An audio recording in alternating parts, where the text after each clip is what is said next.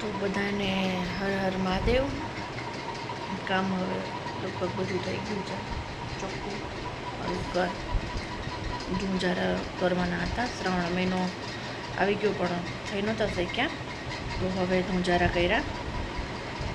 એ બધું હવે પતી ગયું છે. હવે થોડુંક હજી બાકી છે, એ નિરાત હવે કરશું.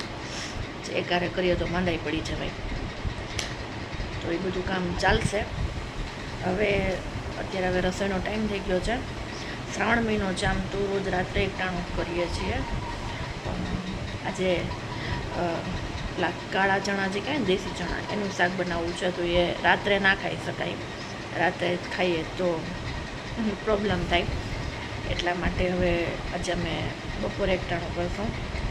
તો હવે રસોઈ બનાવી લઉં. મસ્ત ચણાનું શાક, રોટલી, સંભારામાં કંઈક બનાવીશું.